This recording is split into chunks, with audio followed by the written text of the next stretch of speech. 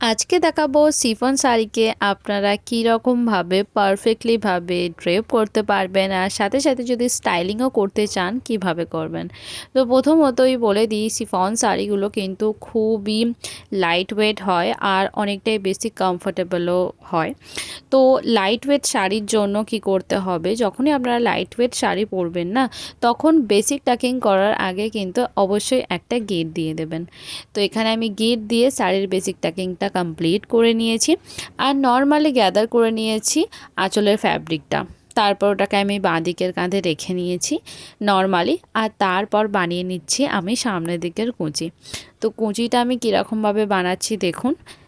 বুড়ো আঙুল দিয়ে আমি চেপে ধরছি, আর বাকি 3টে আঙুল দিয়ে আমি কুঁচি বানিয়ে নিচ্ছি। তো কুঁচিগুলো একটু আমি চওড়া চওড়া বানাচ্ছি, যেহেতু ফ্যাব্রিকটা অনেকটাই বেশি আছে, কারণ ব্লাউজ পিস অ্যাটাচ আছে এটার সাথে।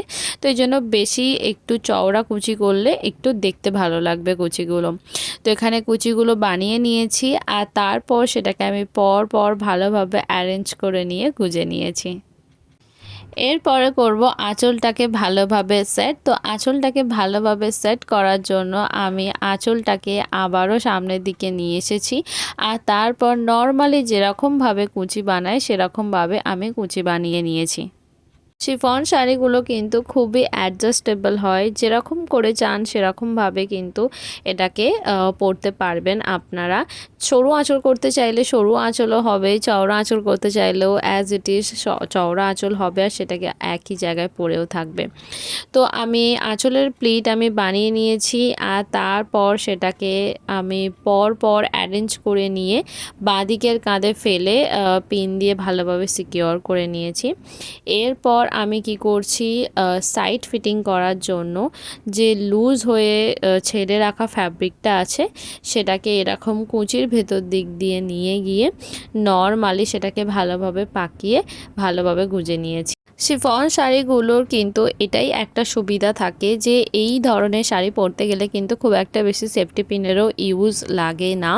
দেখলেন তো, সাইড ফিটিং করার জন্য কিন্তু আমি একটাও পিনের কোনো ব্যবহার করিনি। এটা যদি সিল্ক শাড়ি হতো তাহলে কিন্তু আমাকে একটা সেফটি পিন ব্যবহার করতেই হতো সাইড ফিটিংয়ের জন্য। তো এরকমভাবে আমি পরে নিয়েছি শিফন শাড়ি খুব ইজিলিভাবে। দেখুন কত সুন্দরভাবে শাড়িটা ড্রেপিং হয়েছে। এরপর আমি দেখাবো যে শিফন শাড়িকে যদি আপনারা একটু অন্যরকমভাবে পরতে চান তাহলে সেটা কীরকমভাবে আপনারা পরবেন। প্রথমে শাড়ির বেসিক টাকিংটা তো কমপ্লিট করেই রেখেছি। এরপর আমি বানিয়ে নিচ্ছি আঁচলের কুঁচি। তো একটা একটা করে একটু চওড়া করে আঁচলের কুঁচি বানাচ্ছি, কারণ এই স্টাইলটার জন্য কিন্তু একদম সরু যদি আপনি আঁচল করেন তাহলে কিন্তু খুব একটা ভালো লাগবে না। তারপর সেটাকে পিন দিয়ে ভালোভাবে সিকিওর করে নিয়েছি। করে নিয়ে একটু ভালোভাবে অ্যারেঞ্জ করে নিচ্ছি প্লিটগুলো। অ্যারেঞ্জ করে নেওয়ার পর সেটাকে এরকমভাবে ঘুরিয়ে নিয়ে এসে সোজা আঁচল স্টাইলে কিন্তু বাঁ দিকের কাঁধে ফেলতে হবে। দেখুন পাড়টা কিন্তু এই রকম থাকবে, মানে যে অ্যাকচুয়াল পাড়টা থাকে বা কুচিগুলো থাকে সেগুলো কিন্তু একেবারে ডান দিকের দিকে হয়ে থাকবে। আর তারপর সেটাকে পিন দিয়ে ভালোভাবে সিকিওর করে নিতে হবে। আর এরপরে বানিয়ে নিতে হবে সামনের দিকের কুঁচি।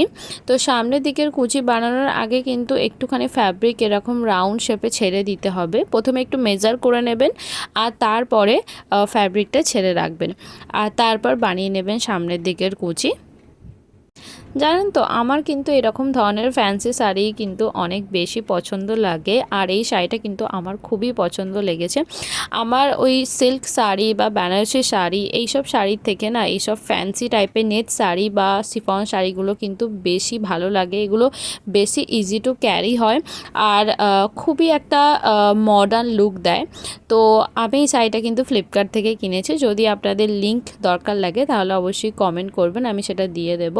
তো আমি সামনের দিকের কুচিটা বানিয়ে নিয়ে সেটাকে গুজে নিয়েছি। এরপর কি করতে হবে, যে সামনের দিকের পাটটা আছে না আঁচলের, সেটাকে নিতে হবে।